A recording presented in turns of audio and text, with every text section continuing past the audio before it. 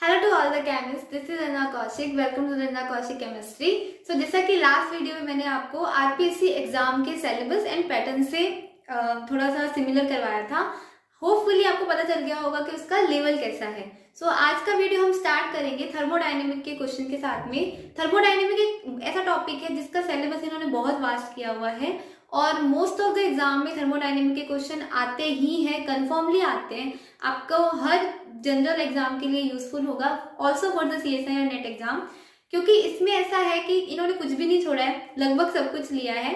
ये पार्ट 1 है। मैं सारे क्वेश्चन आपको आई थिंक एक वीडियो में नहीं करवा पाऊंगी क्योंकि मैं इतने लॉन्ग वीडियोस बनाना प्रेफर नहीं करती हूँ।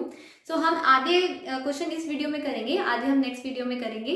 स्टार्ट करने से पहले मैं आपको बताती हूँ कि मैं जो एमसीक्यू सीरीज ला रही हूँ उसमें ये है कि बेसिक्स आपने पढ़ा हुआ होना चाहिए। मैं आपको ये बोलूंगी कि एक बार ही पढ़ना जरूर, उसके बाद में ही ये क्वेश्चन सॉल्व करें। अगर आप सीधा क्वेश्चन सॉल्व करेंगे तो आपको समझ में आ जाएगा, कंसेप्ट भी समझ में आ जाएगा, बट आपको पता नहीं चलेगा कि आपकी कैसी प्रिपरेशन है।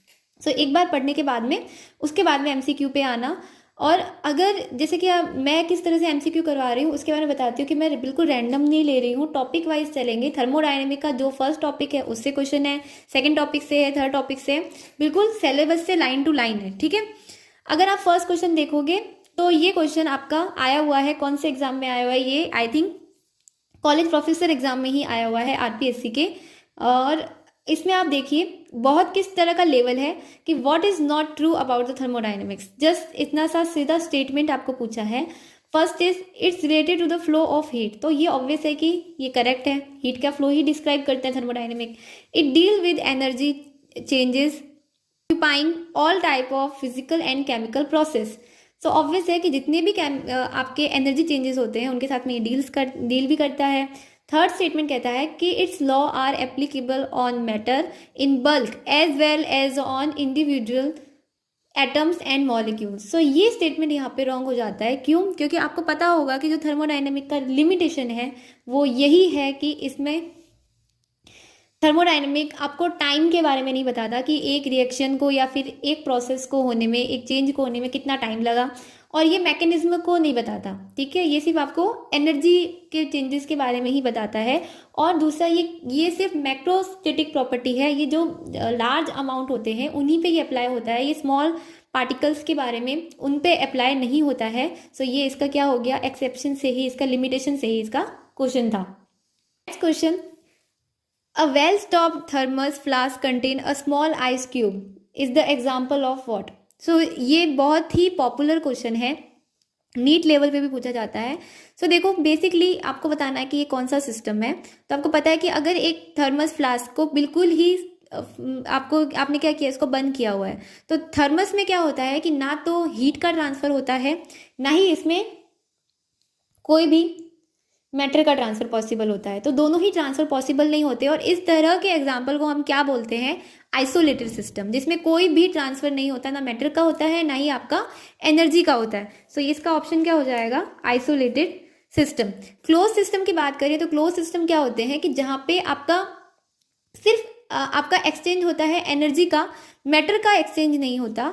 एंड ओपन सिस्टम में क्या होता है कि आपका मैटर और एनर्जी दोनों का ही क्या होता है, एक्सचेंज हो सकता है, ठीक है। थर्ड है आपका इंटेंसिव प्रॉपर्टी, कौन कौन सी है, आपको ऑप्शन दिया है। ये जो पैटर्न है इससे बहुत बारी क्वेश्चन पूछा जाता है, आरपीएससी में फेवरेट क्वेश्चन है ये वाला क्वेश्चन। अगर आप ध्यान से देखोगे आपको थर्मोडायनेमिक में दो तरह की मैक्रोस्कोपिक प्रॉपर्टीज होती है, एक होती है एक्सटेंसिव, एक होती है इंटेंसिव। जैसे कि अगर आप एक्सटेंसिव प्रॉपर्टीज का एग्जांपल देखोगे तो energy, mass, volume and heat capacity, ये सब क्या होते हैं कि आपका जो भी सब्सटेंस है उसके मास पे डिपेंड करते हैं। एंड इंटेंसिव उनके मास का जो भी अमाउंट होता है उसकी क्वांटिटी पे डिपेंड नहीं करता है। जैसे कि फॉर एग्जांपल टेम्परेचर हुआ, प्रेशर हुआ, डेंसिटी, स्पेसिफिक हीट हुआ। मेन प्रॉब्लम क्या आती है कि जब ये एग्जाम में आता है ना तो हम कंफ्यूज हो जाते हैं, हमको सिमिलर से लगता है, हम भूल जाते हैं इंटेंसिव था कि एक्सटेंसिव था। इसके लिए मैं आपको एक ट्रिक बताती हूँ। इसकी ट्रिक ये है कि आप सिर्फ एक्सटेंसिव को याद कर लो। क्या होता है इसका ट्रिक, EMVH, बस इतना सा आपको याद रखता है। E से एनर्जी, M से मास, V से वॉल्यूम, H से आपका क्या हुआ, हीट कैपेसिटी। देखो ऑप्शंस अगर आप देखोगे तो आपको ये दिखेगा कि आपको सिर्फ अपनी एक्सटेंसिव देखो कि एक्सटेंसिव कहाँ कहाँ पे है। देखो यहाँ पे आपकी एंथैल्पी आ गई, यहाँ पे आपका वॉल्यूम आ गया, यहाँ पे आपकी फिर से एंथैल्पी आ गई। तीनों ही कैसी है, एक्सटेंसिव प्रॉपर्टी है, तो ये तीनों ही ऑप्शन क्या हो जाएंगे आपके, कट हो जाएंगे। यहाँ पे भी वॉल्यूम है, तो आपका ऑप्शन नंबर डी क्या हो जाएगा, राइट आंसर हो जाएगा। इसके बहुत सारे एग्जाम्पल्स आते हैं, अलग अलग इनमें से डाल के आपको क्वेश्चन दे देता है। आपको सिर्फ ये ट्रिक याद रखनी है कि ये एक्सटेंसिव प्रॉपर्टी है, बाकी सारी आपकी इंटेंसिव प्रॉपर्टी है। थर्ड जो क्वेश्चन है वो है correct statement for the cyclic process. देखो ये जो क्वेश्चन है ये आया हुआ है आपके CSIR नेट में, ये CSIR नेट से क्वेश्चन है। तो CSIR नेट में भी जनरल 2 मार्क के क्वेश्चन आपको इस तरह के कंसेप्ट बेस वाले जो वीडियोस है उनसे कवर हो जाएंगे। तो ऐसा नहीं कि CSIR में बहुत ही हाई क्वेश्चंस भी आते हैं, एवरेज क्वेश्चन भी आते हैं। तो देखो साइक्लिक प्रोसेस क्या होती है, मैं आपको पहले वो समझाती हूँ। देखो 2-3-4 तरह की आपके पास में प्रोसेस होती है। साइक्लिक प्रोसेस का क्या मीनिंग है कि आपका जो, जैसे कि मान लो कि आपने ए से स्टार्ट किया, ठीक है, फिर आप बी पे गए, फिर आप सी पे गए, और फिर आप घूम के आपकी स्टेट कहाँ पे आ गई, ए पे आ गई। तो उसको क्या बोलते हैं, हम आपको साइक्लिक स्टेट बोलते हैं। मतलब आपको इनिशियल स्टेट फिर से मिल जाती है, तो वो साइक्लिक प्रोसेस है। उसके बाद में साइक्लिक प्रोसेस में किसकी वैल्यू, आपके किसके इंटीग्रेशन की वैल्यू 0 होगी। तो ये बहुत सिंपल है कि जो आपके जितने भी आपके ये होते हैं, जो आपके स्टेट फंक्शंस होते हैं बेसिकली, उनका इंटीग्रेशन क्या होता है, यहाँ पे 0 होता है। स्टेट फंक्शन अब कैसे निकालोगे उसके लिए बताती हूँ। देखो स्टेट 2 तरह के फंक्शन होते हैं, एक होता है आपका स्टेट फंक्शन, एक होता है आपका पाथ फंक्शन। स्टेट फंक्शन से ये मीनिंग होता है जो आपके सिर्फ प्रोसेस की स्टेज पे डिपेंड करता है, जो पाथ पे डिपेंड नहीं करता। फॉर एग्जांपल कि सिर्फ आपका ए आपकी एक स्टेट है, बी आपकी एक स्टेट है, तो वो प्रॉपर्टी जो सिर्फ ए से बिलोंग करेगी और बी से बिलोंग करेगी वो होगी स्टेट प्रॉपर्टी। पर यही अगर वो मैकेनिज्म पे या पाथ पे डिपेंड करती है कि ये किस तरह से इसका कन्वर्जन हुआ है, तो वो हो जाएगी आपकी पाथ फंक्शन हो जाएगा। तो देखो स्टेट फंक्शन के लिए आपको सिंपली ये है कि अगर आप पाथ फंक्शन याद कर लो, जस्ट 2 आपके पाथ फंक्शंस होते हैं, बाकी सारे स्टेट फंक्शन होते हैं। एक तो आपका होता है हीट और एक आपका होता है वर्क। हीट को डिनोट करते हैं हम Q से, वर्क को हम डिनोट करते हैं W से। एक और ट्रिक है दोनों को ही पहचानने की कि जो भी आपका स्टेट फंक्शन होगा उसको हम हमेशा कैपिटल लेटर में लिखते हैं और पाथ फंक्शंस को हम स्मॉल लेटर में लिखते हैं। अब जैसे कि आप देख सकते हो कि यहाँ पे हमने Q को स्मॉल लिखा है, यहाँ पे W को भी स्मॉल लिखा है। हमने यहाँ पे सिर्फ U जो आपकी इंटरनल एनर्जी है वो कैसा फंक्शन होता है, स्टेट फंक्शन होता है। ठीक है, इंटरनल एनर्जी आपका स्टेट फंक्शन का एग्जांपल है। तो यहाँ पे इसका इंटीग्रेशन क्या हो जाएगा, 0 हो जाएगा। So b will be your correct answer. Very important, तीनों ही बातें इंपॉर्टेंट है कि साइक्लिक प्रोसेस क्या होती है, इसमें किसकी वैल्यू 0 होती है, स्टेट फंक्शन क्या होते हैं, कौन से होते हैं, पाथ फंक्शन क्या होते हैं, कौन से होते हैं। देखो इस तरह के एग्जाम्स में यही क्वेश्चन आते हैं। जो मैं बोल रही हूँ वो सब एक एक लाइन इंपॉर्टेंट है, क्योंकि एक और इम्पॉर्टेंट चीज़ कि साइक्लिक प्रोसेस के साथ में ही 2-4 टर्म और है जो बहुत इंपॉर्टेंट है इस तरह के एग्जाम के लिए।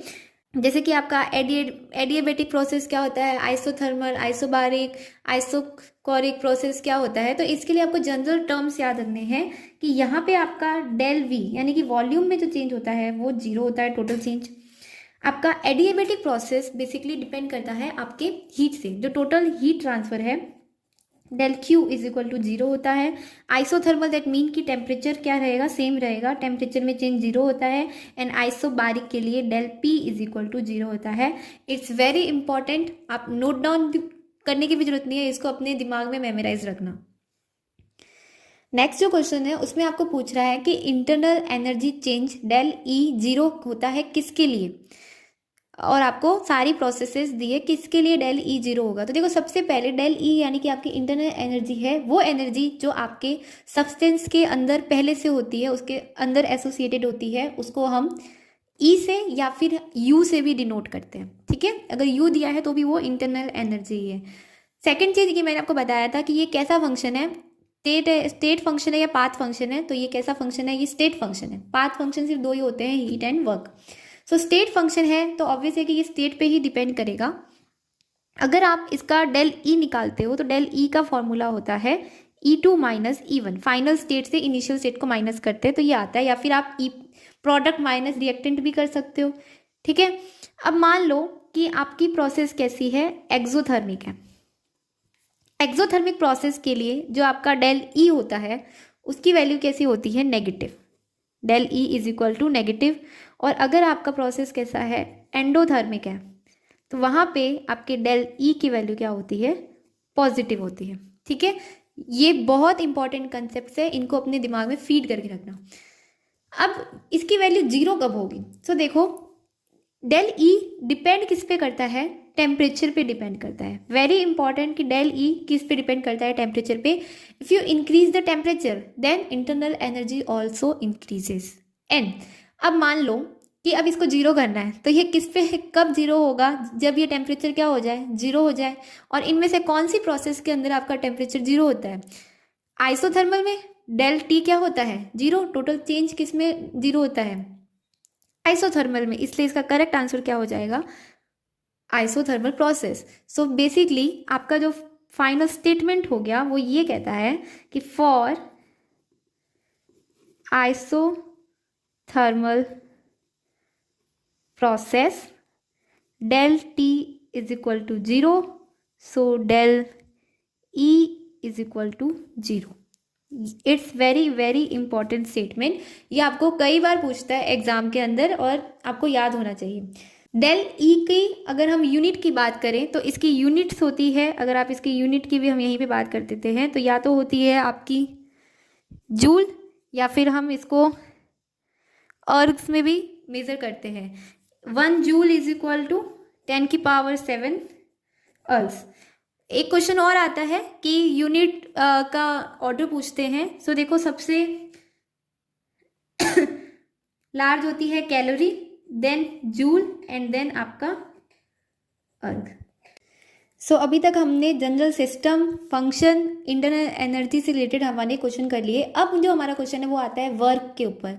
2 क्वेश्चन है, दोनों ही आप ट्राई करना सॉल्व करने के, वीडियो को पॉज करके। देखो, calculate the amount of work done when 1 mole of an ideal gas contain in a bulb of 10 litre capacity at 1 atm is allowed to enter into an evacuated bulb of 10 litre capacity. Same second question दिया है आपको, 2 litre of ideal gas at 10 atm pressure expand isothermally into vacuum until the total volume is 10 litre, how much work done in expansion। यहाँ पे आपको option भी दिए हुए हैं। सो इस क्वेश्चन को करने से पहले आपको समझना होगा कि वर्क होता क्या है। देखिए, वर्क जो आपका होता है, देखो बेसिकली फोर्स जो हम लगाते हैं किसी भी सिस्टम के ऊपर, अगर मान लो कि एक दीवार है, ये लाइन को आप दीवार मान लो कि मैं यहाँ से इसको धक्का मारूंगी, तो मैं क्या कर रही हूँ, क्या वर्क कर रही हूँ, वो वर्क किसके इक्वल होगा, मेरे फोर्स के और इस दीवार के शिफ्ट होने, यानी ये कितना डिस्टेंस शिफ्ट करता है उसके इज इक्वल टू मेरा वर्क होगा। कई बार क्वेश्चन पूछता है कि वर्क के अंदर आपका फोर्स क्या है, कैसा फैक्टर है। So it's an intensive factor, और जो आपका डिस्टेंस जो यानी जो चेंज आया है वो है आपका capacity factor. It's also very important. अगर हम अपने थर्मोडाइनमिक्स में वर्क की बात करें तो वहाँ पे जो आपका वर्क होता है वो इज इक्वल टू होता है P डेल्टा V। P यहाँ पे क्या है आपका इंटेंसिव फैक्टर है, एंड डेल V यहाँ पे क्या है आपका कैपेसिटी फैक्टर। दैट मीन कि अगर आपने प्रेशर लगाया तो आपका वॉल्यूम में कितना चेंज आया वो आपके टोटल वर्क डन के इज इक्वल टू होगा। अब अगर मान लीजिए कि आपका वर्क ऑफ एक्सपेंशन हो रहा है, दैट मीन कि एक सिलेंडर है जिसके अंदर कोई गैस भरी हुई है और वो वहाँ पे, ठीक है, गैस के मॉलिक्यूल्स क्या कर रहे हैं, इसमें गैस भरी हुई है, ये एक्सपेंड कर रहे हैं, मतलब ये पिस्टल अप जा रहा है, या फिर वर्क कौन कर रहा है आपका सिस्टम कर रहा है, तो work done by the system या फिर एक्सपेंशन हो रहा है। तो उस कंडीशन में इसका साइन कैसा होगा, माइनस होगा, यानी कि ये वर्क डन कैसा आएगा, -P/dV।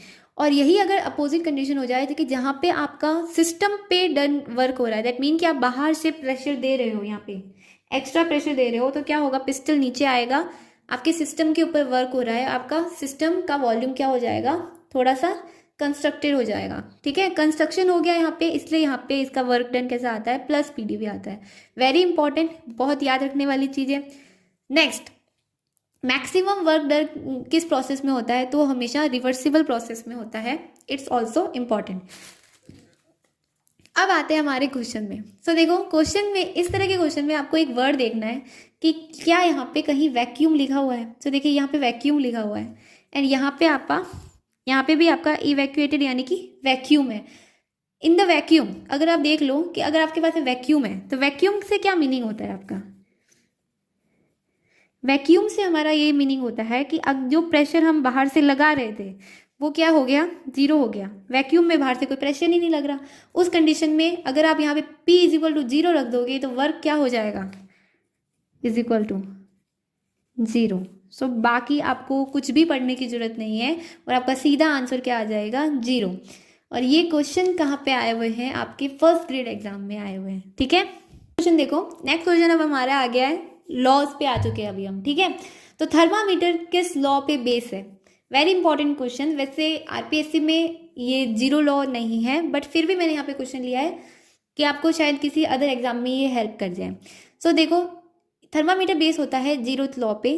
जो आपका थर्मोडायनेमिक का जीरो लॉ है वो ये कहता है कि दो सिस्टम, मान लो कि ए एंड बी सेपरेटली सी के साथ में क्या है? इक्विलिब्रियम में है, या फिर इसके साथ में इनका कनेक्शन है, तो वो आपस में भी क्या होते हैं? इक्विलिब्रियम में होते हैं। थर्मामीटर इसी पे बेस होता है कि मान लो कि ये थर्मामीटर है आपका, आप ए वाले सिस्टम में डालोगे जिसका टेम्परेचर कुछ भी है, 50 डिग्री सेल्सियस टेम्परेचर है, फिर उसके बाद में आप उसको बी वाले सिस्टम में डालते हो तो उसका भी टेम्परेचर क्या हो जाता है? सेम हो जाता है। दैट मीन कि थर्मामीटर कौन से लॉ पे वर्क करता है? जीरो लॉ पे।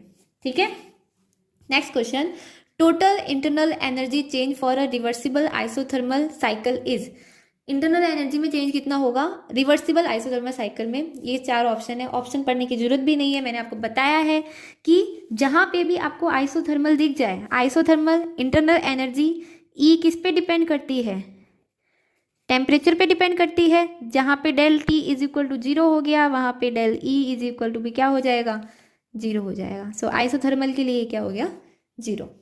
नेक्स्ट जो हमारा क्वेश्चन है वो कह रहा है कि in an close insulated container a liquid is strain with the pedal to increase the temperature in this process which of the following is true?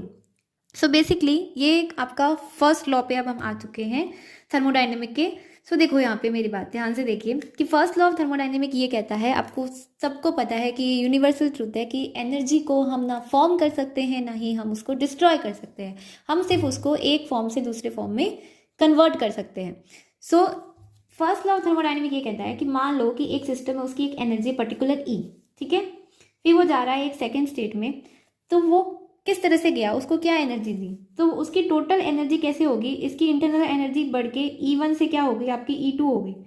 तो वो किस पे डिपेंड करेगा कि आपने एक तो इसको हीट दी, उसके बाद में इसने कोई ना कोई क्या किया? वर्क किया, और उसके बाद में इसकी इंटरनल एनर्जी में चेंज हुआ। सो जो टोटल चेंज होगा वो या तो वर्क की वजह से होगा या फिर आपने जो हीट दी है उसकी वजह से होगा। ये अदर कहीं भी नहीं जा सकता, आप इसको फॉर्म नहीं कर सकते। इसलिए हम बोलते हैं कि डेल ई यानी कि इंटरनल एनर्जी में जो भी चेंज होता है आपके स्टार्टिंग या और फाइनल स्टेट में, वो किसके इक्वल होता है? जो आपने हीट दी है क्यू और जो उसने वर्क किया है उसके इक्वल होता है, उन दोनों के सम के। अब इसने क्वेश्चन किसके लिए पूछा है? इसने पूछा है एक क्लोज सिस्टम के लिए। तो आपको पता है कि जहाँ पे आपने एक क्लोज सिस्टम ले लिया वहाँ पे आपको ये एक पूरा कंटेनर ऐसा है जो पूरी तरह से क्लोज है, तो उसमें किसका ट्रांसफर नहीं होगा? उसमें हीट का ट्रांसफर हो ही नहीं सकता। सो अगर उसमें हीट का ट्रांसफर नहीं हो रहा है तो यहाँ पे Q इज इक्वल टू क्या हो जाएगा? एक second, Q is equal to क्या हो जाएगा? जीरो। जब Q is equal to zero हुआ तो del E is equal to क्या हो जाएगा?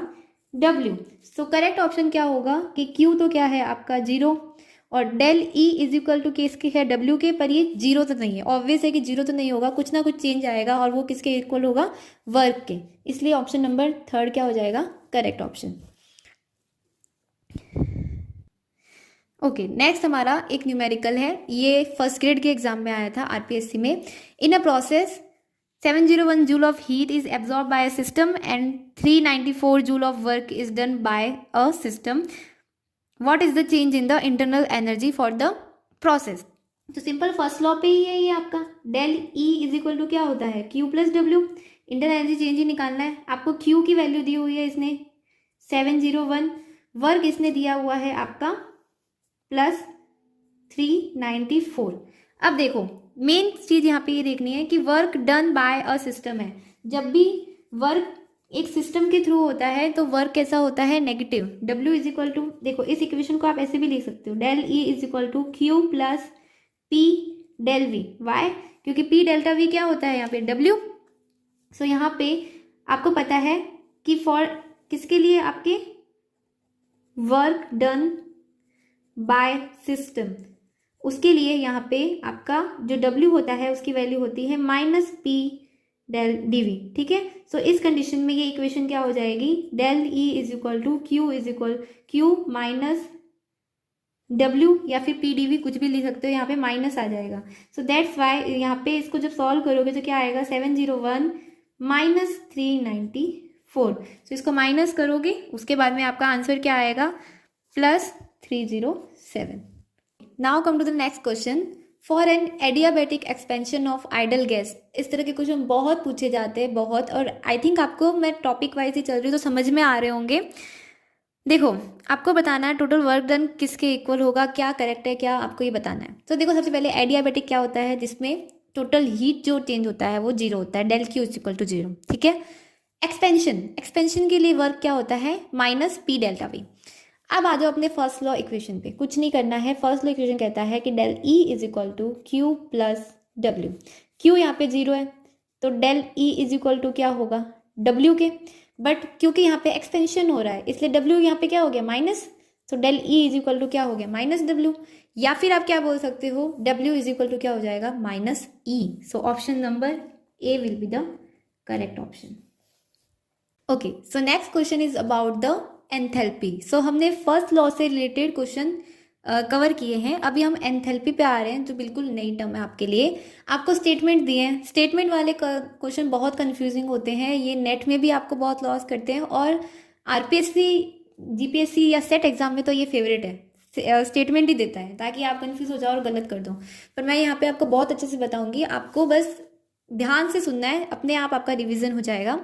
देखो सबसे पहले आपको ये पता होना चाहिए कि अभी जो हमने इक्वेशन की, जो फर्स्ट लॉ की इक्वेशन की, उसमें हमने क्या बोला कि del E is equal to क्या होता है, Q प्लस W के। अगर यही आपका एक्सपेंशन हो, ठीक है, तो वहाँ पे आपका del E is equal to क्या होता है, Q माइनस W के, या फिर हम इसको बोल सकते हैं del E is equal to Q minus P delta V।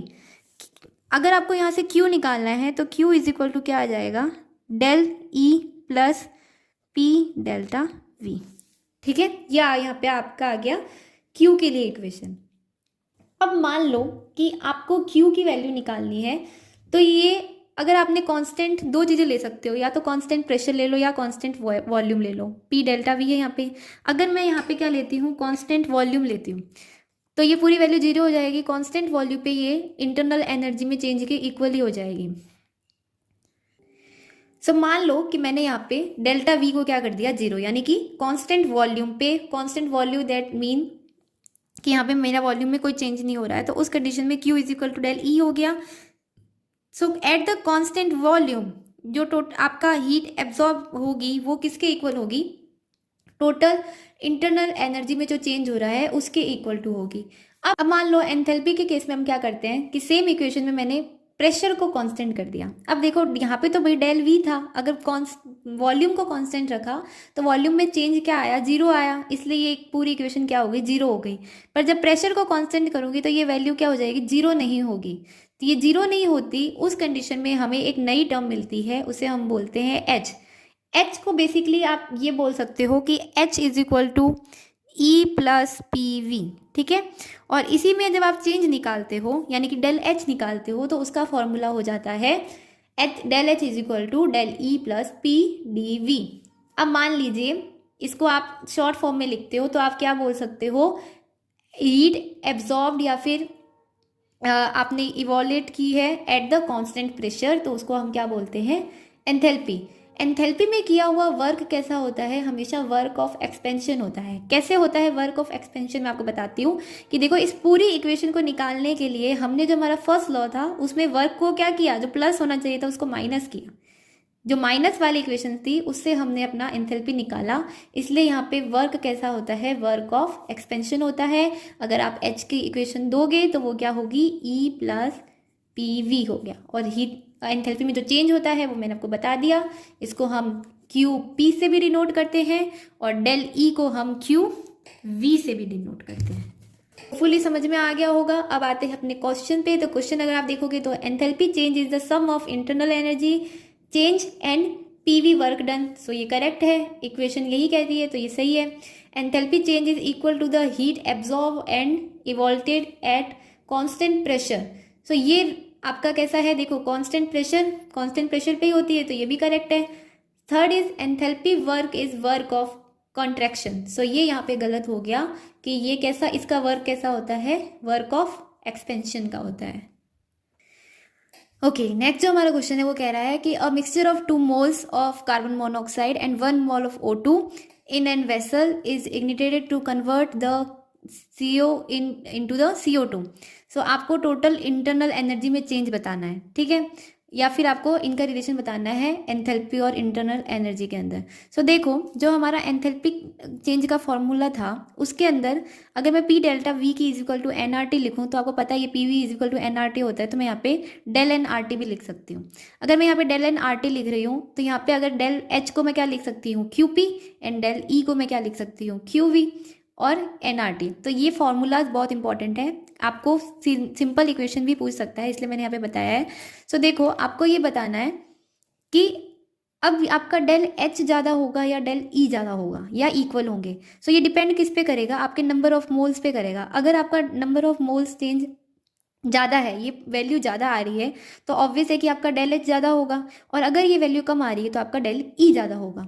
सो इसके लिए आपको सिंपल यही करना है कि आपने CO और O2 से क्या जोड़ा, बना के CO2 बनाया। यहाँ पे 1 मोल था, यहाँ पे 1 मोल था, यानी कि 2 मोल थे, यहाँ पे सिर्फ 1 मोल ही बना। सो बेसिकली यहाँ पे आपको नंबर ऑफ मोल्स में क्या हो रही है, कमी हो रही है। 2 - 1 इज इक्वल टू 1 आ रहा है आपका n इज इक्वल टू। सो देखो, जब ये कम हो रहा है तो ऑब्वियस है कि आपका इंटरनल एनर्जी वैल्यू ज़्यादा है, डेल ई की वैल्यू ज़्यादा है डेल एच से, इसलिए ऑप्शन नंबर बी क्या होगा, करेक्ट होगा।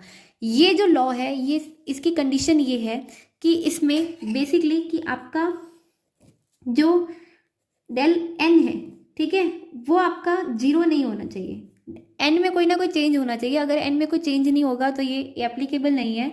सेकंड थिंग, यानी कि नंबर ऑफ मोल चेंज होने चाहिए, या तो घटना चाहिए या बढ़ना चाहिए। दूसरी इसमें ये चीज़ है कि ये ओनली अप्लाई होता है कि जब आपका कोई भी एक भी रिएक्टेंट आपका कैसा हो, गैस स्टेट में हो, ठीक है। सॉलिड्स के लिए या लिक्विड के लिए अप्लाई नहीं होगा, क्योंकि वहाँ पे आपके एन की वैल्यू क्या हो जाती है, 1 हो जाती है, डेल एन की वैल्यू। इसलिए यहाँ पे आपका गैस होना बहुत ज़रूरी है, ठीक है। कोई एक भी अगर गैस होगा तो भी ये रूल आपका क्या हो जाएगा, अप्लाई हो जाएगा। नेक्स्ट क्वेश्चन सेम हमारे इसी प्रीवियस क्वेश्चन से रिलेटेड है। फॉर द रिएक्शन आपको बताना है डेल एच की वैल्यू क्या होगी। तो आपको इक्वेशन पता है, del H is equal to del E plus del N G R T. N निकाल लो, यहाँ पे देखो, यहाँ पे 1 और 3 टोटल 4 है, यहाँ पे 2 हो गए। 4 - 2 यानी कि 2 का आपको क्या हो रहा है, लॉस हो रहा है।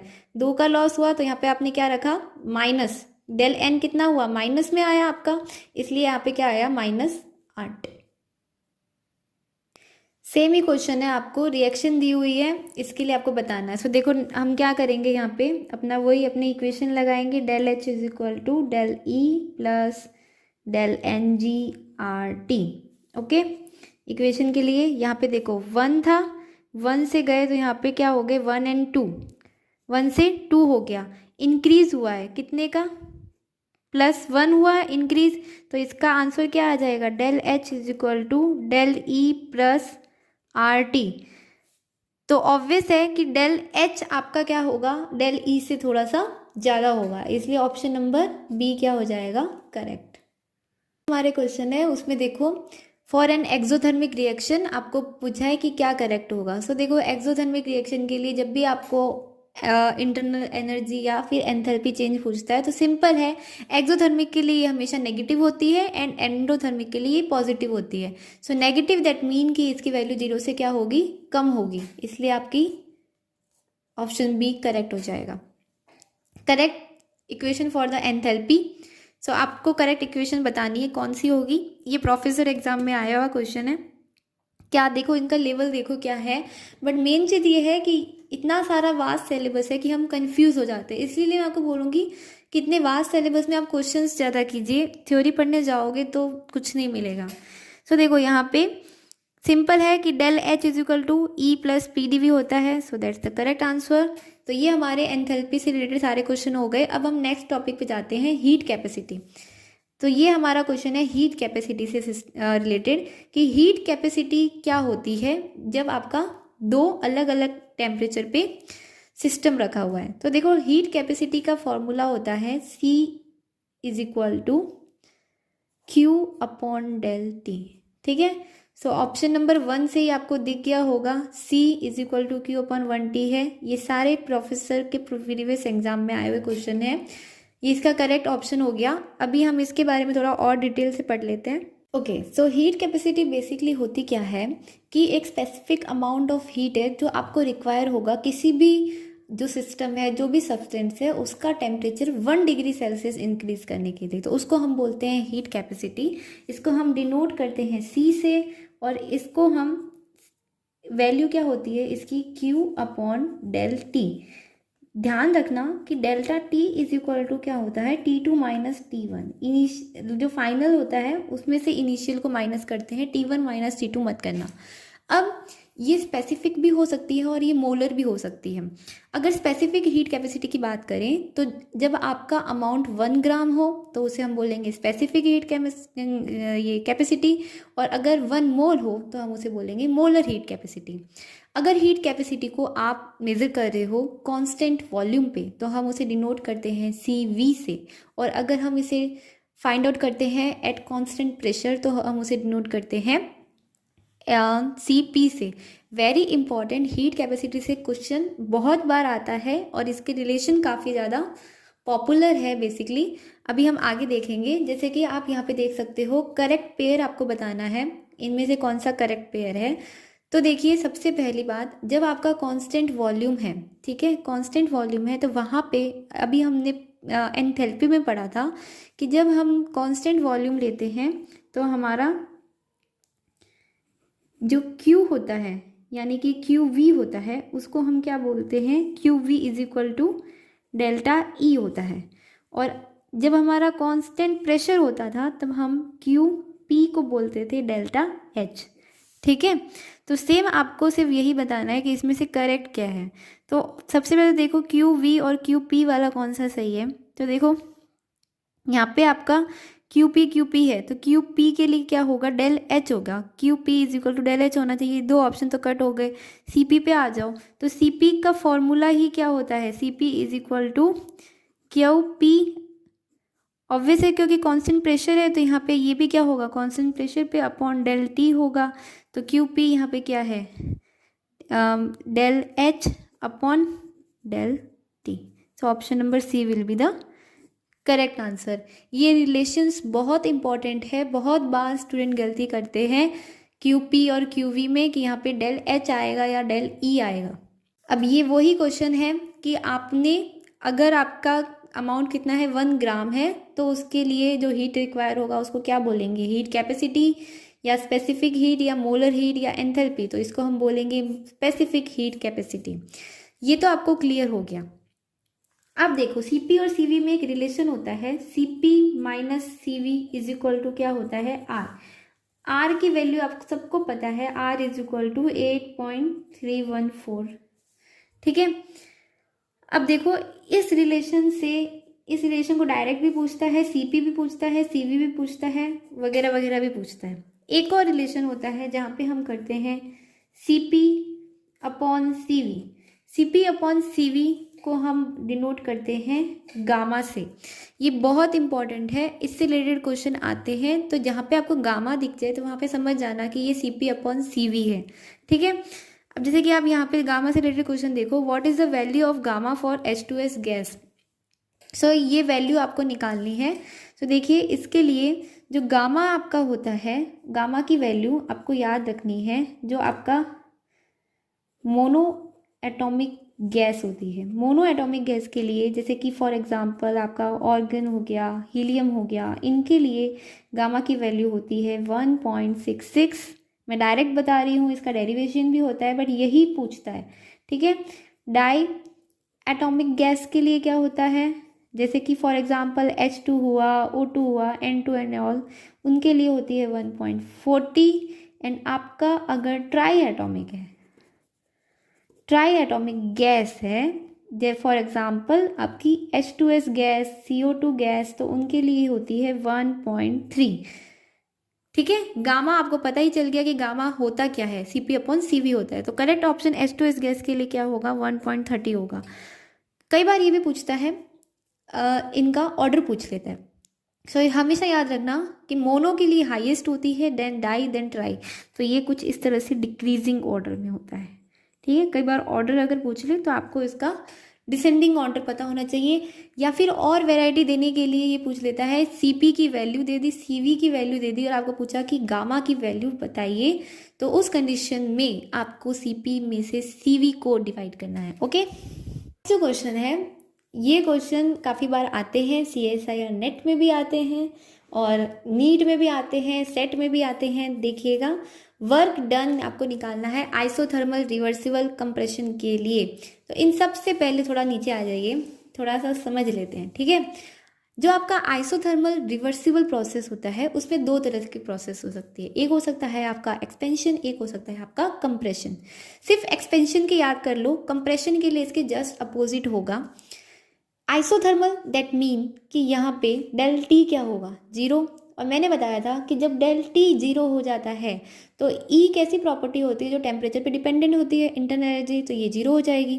और जब ई जीरो हो जाता है तो डेल एच बी आइसोथर्मल के लिए क्या मिलता है, आपको जीरो मिलता है।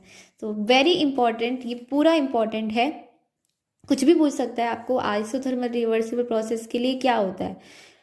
और रिवर्सिबल प्रोसेस के लिए मैंने आपको बताया था कि वर्क डन मैक्सिमम किसके लिए होता है, रिवर्सिबल प्रोसेस के लिए। तो इसके लिए वर्क कैसा होगा, मैक्सिमम होगा, क्योंकि वर्क यहाँ पे मैक्सिमम है, इसलिए यहाँ पे क्यू भी क्या होता है, मैक्सिमम होता है।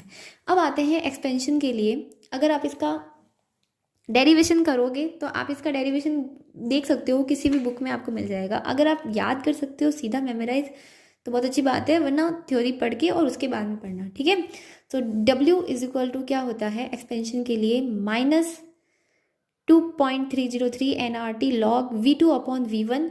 यही इक्वेशन कई बार आपको प्रेशर के लिए पूछ ली जाती है, तो आपको पता है प्रेशर एंड वॉल्यूम में इन्वर्स रिलेशन होता है। दैट वाई यहाँ पे V2 है तो यहाँ P1 और अपॉन P2 आ जाएगा। ये थोड़ा ध्यान रखने वाली चीज़ें हैं। Q यहाँ पे क्या होता है, Q की वैल्यू आइसोथर्मल के लिए हमने निकाली थी। आइसोथर्मल के लिए अभी प्रीवियस क्वेश्चन में ही किया था, इससे पहले आपको पता होगा। तो क्या आई थी आइसोथर्मल के लिए, फॉर एक्सपेंशन के लिए। एक्सपेंशन जब भी हम करते हैं तो Q क्या आया था आपका, इज इक्वल टू -W। इसका जस्ट माइनस आएगा, तो क्योंकि W की वैल्यू ही यहाँ पे माइनस में है एक्सपेंशन के लिए, हमें पता है for the expansion W is equal to क्या होता है, -PdV। तो Q क्या हो जाएगा, +PdV। या फिर W की वैल्यू यहाँ पे क्या है, ये जो भी है इसका आगे आपको प्लस लगाना है। ठीक है, यहाँ पे माइनस नहीं आएगा Q के लिए। कंप्रेशन के लिए अगर आपको पूछता है तो ये जस्ट अपोजिट हो जाएगा। कंप्रेशन के लिए W is equal to +2.303 nRT upon V1/V2 होता है। आपको यहाँ पे भी चेंज करना होगा। ठीक है, अब आते हैं अपने क्वेश्चन पे। ये हमारा क्वेश्चन था, work done in isothermal reversible compression. Compression के लिए पूछा है तो पहली बात कि ये पॉजिटिव में आएगा, माइनस की सारी वैल्यूज है cut. That is your right answer. Question is work done for the isothermal irreversible expansion के लिए पूछा है फॉर द इंटरमीडिएट प्रेशर। तो देखो, जो इरिवर्सिबल प्रोसेस होती है उसमें दो तरह से होता है। एक तो आपका जीरो प्रेशर, कोई प्रेशर ही नहीं लग रहा, या फिर आपका इंटरमीडिएट प्रेशर, दैट मीन कि प्रेशर है, अपोजिट प्रेशर है बट थोड़ा सा है, मतलब इतना भी नहीं है कि वो ज़्यादा उसमें चेंज ला सके, इतना ज़्यादा वर्क नहीं हो सकता। और अगर आपका जीरो प्रेशर है या फ्री एनर्जी है, अगर आपको फ्री एनर्जी के लिए कुछ भी पूछे ना, फ्री एनर्जी के लिए कुछ भी क्वेश्चन पूछ ले तो सबकी वैल्यू जीरो होती है। ठीक है, del H, del E, Q सब फ्री एक्सपेंशन के लिए सब जीरो होगा, चाहे वो रिवर्सिबल हो या इरिवर्सिबल हो। बट अगर आपको इरिवर्सिबल के लिए पूछा है इंटरमीडिएट प्रेशर देके, तो वहाँ पे आपका W कुछ अमाउंट आती है, जीरो भी नहीं होता, प्रॉपर भी नहीं होता, इसका फॉर्मूला ये होता है W is equal to minus P V2 minus V1। Just इतना ही है, जो अपना W था ना, W is equal to minus P DV था, तो बस DV तो किया है और कुछ नहीं है, नॉर्मल अपना फॉर्मूला लगाया है। ओके, इससे रिलेटेड एक न्यूमेरिकल करते हैं। Calculate the maximum work done by the system when 1 mole of an ideal gas expand from 2.8 litre to 28 litre reversibly. So देखो ये आपको क्या पूछ रहा है, रिवर्सिबल के लिए पूछ रहा है, रिवर्सिबल एक्सपेंशन के लिए। तो work done is equal to क्या होगा, minus 2.303 NRT log V2 upon V1। ठीक है, तो ये क्या आएगा, माइनस 2.303, एन की वैल्यू 1। ठीक है, आर आपको यूं ही रखना है, टी की वैल्यू निकालनी है। तो देखो टी के लिए हम क्या करेंगे, 273 प्लस 27 करेंगे तो आ जाएगा आपका 300 केल्विन। तो यहाँ पे क्या आ जाएगा, 300 लॉग आपका वैल्यू कितना आएगा, 28 अपॉन 2.8। आप डिवाइड करोगे तो ये वैल्यू कितनी आएगी, लॉग 10। लॉग 10 की वैल्यू होती है 1, तो ये कितना आ जाएगा, माइनस 2.303 इंटू 300 और R. So when you multiply तो ये वैल्यू आपकी आएगी माइनस 690.9 आर। तो ये वैल्यू आएगी आपकी ऑप्शन नंबर 1। नेक्स्ट क्वेश्चन पे चलते हैं। अभी जो हमने पढ़ा वो हमने पढ़ा था आइसोथर्मल प्रोसेस के लिए। अब हम पढ़ेंगे एडियाबैटिक एक्सपेंशन एंड कंप्रेशन के लिए। ठीक है, सो आपको एडियाबैटिक में एक्सपेंशन एंड कंप्रेशन में ज़्यादा कुछ याद रखने की जरूरत नहीं है, सिर्फ इसके बारे में इतना देख लो कि एडियाबैटिक है, दैट मीन कि हीट चेंज कैसा होगा, जीरो होगा। ठीक है, जब ये जीरो है तो फर्स्ट लॉ ऑफ इक्वेशन में, क्योंकि एक्सपेंशन है इसलिए हमने यहाँ पे क्या लिया, E is equal to Q minus W लिया, और एडियाबैटिक है इसलिए ये जीरो हो गया, Q is equal to zero, so del E is equal to क्या आया, minus W. So minus W that mean कि इंटरनल एनर्जी में क्या हो रहा है, लॉस हो रहा है। W अगर आप इससे निकालोगे तो W इज इक्वल टू आप क्या लिख सकते हो, माइनस डेल्टा E। तो जो वर्क हो रहा है उससे इंटरनल एनर्जी पर ही वर्क हो रहा है, इंटरनल एनर्जी रिड्यूस हो रही है। ठीक है, सो ये इसका इंपॉर्टेंट पॉइंट है। अगर इंटरनल एनर्जी कम होती है तो उसका टेम्परेचर क्या होता है, डाउन। अब मेरी बात समझो कि एक एडियाबैटिक है, मतलब उसके अंदर हीट का ट्रांसफ़र हो ही नहीं रहा है, एक ऐसा सिस्टम है जो अपनी हीट कहीं ट्रांसफ़र ही नहीं कर रहा, तो उसका वर्क डन कैसे होगा, उसका वर्क डन होगा उसके टेम्परेचर से। वो अब जो भी वर्क करेगा अपने अंदर ही करेगा, तो वो अपने टेम्परेचर को क्या कर देगा, रिड्यूस कर देगा। टेम्परेचर रिड्यूस होगा इसलिए उसकी इंटरनल एनर्जी भी रिड्यूस होगी। टेम्परेचर रिड्यूस हो रहा है, दैट मीन कि यहाँ पे आपको क्या देखने को मिल रहा है, कूलिंग देखने को मिल रही है। Very important. अगर आपको अदर फॉर्मूला पूछ ले कि डेल ई और निकालो, तो देखो अभी अपन ने क्या किया था, CP और CV वाला निकाला था ना, बस वही है। CV इज इक्वल टू अपन ने del E upon del T रखा था, तो ये यहाँ पे चला गया, तो बस ये फॉर्मूला वैसे बन गए। अब जैसे कि अगर एडियाबैटिक कंप्रेशन दिया है, तो आपको ये याद रखना है कि एडियाबैटिक कंप्रेशन में हमेशा क्या होता है, हीटिंग होती है, कूलिंग नहीं होती, वहाँ पे हीटिंग होती है। अगर एक्सपेंशन दिया है तो वहाँ पे हम माइनस डब्ल्यू लेंगे, इसलिए यहाँ पे कूलिंग हो जाएगी। आपको इनकरेक्ट बताना है, तो इनकरेक्ट देखिए, ये सही है, क्यू में कोई चेंज नहीं होगा। ठीक है, इंटरनल एनर्जी डिक्रीज होगी, ये भी सही है। कूलिंग होती है, ये सही है। टेम्परेचर इंक्रीज, ये गलत है, क्योंकि टेम्परेचर यहाँ पे क्या होता है, डिक्रीज होता है, इसलिए इनकरेक्ट ये होगा। नेक्स्ट आ जाओ, एडियाबैटिक प्रोसेस के लिए एक ये कुछ चीज़ें पूछते हैं, जो रिलेशन होता है टेम्परेचर और वॉल्यूम, टेम्परेचर और प्रेशर, प्रेशर एंड वॉल्यूम, इन सब के बारे में। तो ये आपको रिलेशंस याद रखने हैं, इससे रिलेटेड क्वेश्चन इसी तरह का आएगा कि कौन सा करेक्ट है और कौन सा नहीं है। तो ये जस्ट सिंपल करेक्ट था कि all are the right option. Okay, next question, यहाँ पे आपको ग्राफ पूछा है कि कौन सा ग्राफ सही होगा पीवी के लिए, आइसोथर्मल एंड एडियाबैटिक के लिए। तो देखो इसको सिंपली मैं आपको पहले याद करना बता देती हूँ कि पीवी यानी कि वर्क के लिए हम निकाल रहे हैं, वर्क डन के लिए होता है, इसलिए पी और वी के बीच में होगा। कई बार पीवी को भी चेंज कर देते हैं, किसी और के बीच में दे देते हैं, इसलिए ध्यान रखना कि वर्क डन के लिए निकाल रहे हैं, इसलिए W इज इक्वल टू क्या होता है, P डेल वी, इसलिए पीवी के बीच में होगा। और क्योंकि आपको पता है कि ABCD में A पहले आता है, इसलिए A नीचे आएगा, देन I ऊपर आएगा। बस इस तरह से इसको याद रखना, इसलिए ऑप्शन नंबर A करेक्ट होगा। ये तो मैंने आपको बता दिया। अब देखो कई बार क्या होता है कि आपको इसके स्लोप के बारे में पूछ लेते हैं, तो अगर आप इनका स्लोप निकालोगे तो आइसोथर्मल का एक्सपेंशन तो होता है -PV और एडियाबैटिक का होता है -γ-PV। गामा यानी कि आपका CP/CV। अगर दोनों का रेशियो निकालोगे तो वो किसके इक्वल टू आएगा, CP/CV यानी कि गामा के इक्वल आएगा। एंड अगर आप वर्क डन की बात करोगे तो किस प्रोसेस में वर्क ज़्यादा होता है, आइसोथर्मल में ज़्यादा होता है compare to the adiabatic process for the expansion. ये सब किसके लिए है, आपका एक्सपेंशन के लिए। अगर मैं आपसे पूछूं कि वर्क डन बताओ फॉर द कंप्रेशन, कंप्रेशन के लिए वर्क डन क्या होगा, W एडियाबैटिक ज़्यादा होगा किससे, W आइसोथर्मल से। क्वेश्चन नेक्स्ट में आपको पूछा है कि the volume of a gas is reduce to half from the original volume, the specific heat remain constant, be double, reduce, increase, what.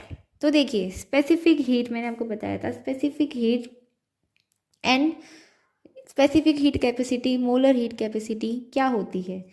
तो देखो मेरी बात ध्यान से सुनो कि जो हीट कैपेसिटी होती है, ठीक है, जो हीट कैपेसिटी होती है वो क्या करती है, वो आपके सब्सटेंस के मास पे डिपेंड करती है, ठीक है, वो एक एक्सटेंसिव प्रॉपर्टी होती है। बट जब आप स्पेसिफिक कर देते हो इसको, ठीक है, स्पेसिफिक दैट मीन कि जो हमने किया था कि ये 1 ग्राम के लिए होगी, यानी कि आपने मास कैसा कर दिया, मास की अमाउंट एक फिक्स कर दी, तो ये क्या हो जाएगी, ये मास पे डिपेंड ही नहीं करेगी, तो ये एक्सटेंसिव नहीं होगी, ये कैसी प्रॉपर्टी हो गई, ये एक इंटेंसिव प्रॉपर्टी हो गई।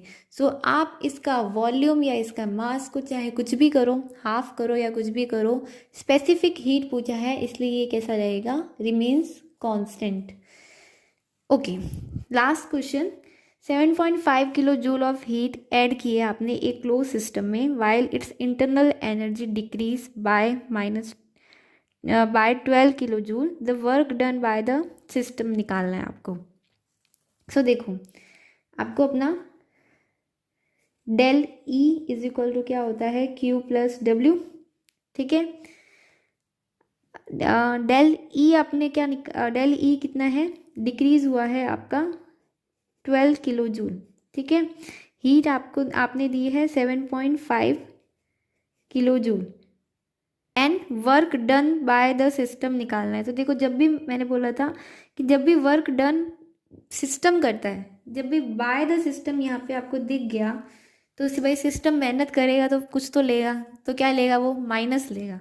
तो यहाँ पे क्या आ जाएगा, ये del E is equal to हो जाएगा Q माइनस W, तो यहाँ पे आपका आ गया -W, ठीक है।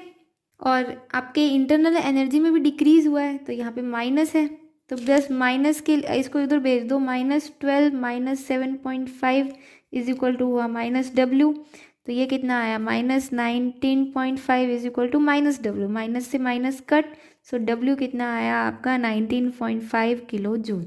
सो this will be your final answer.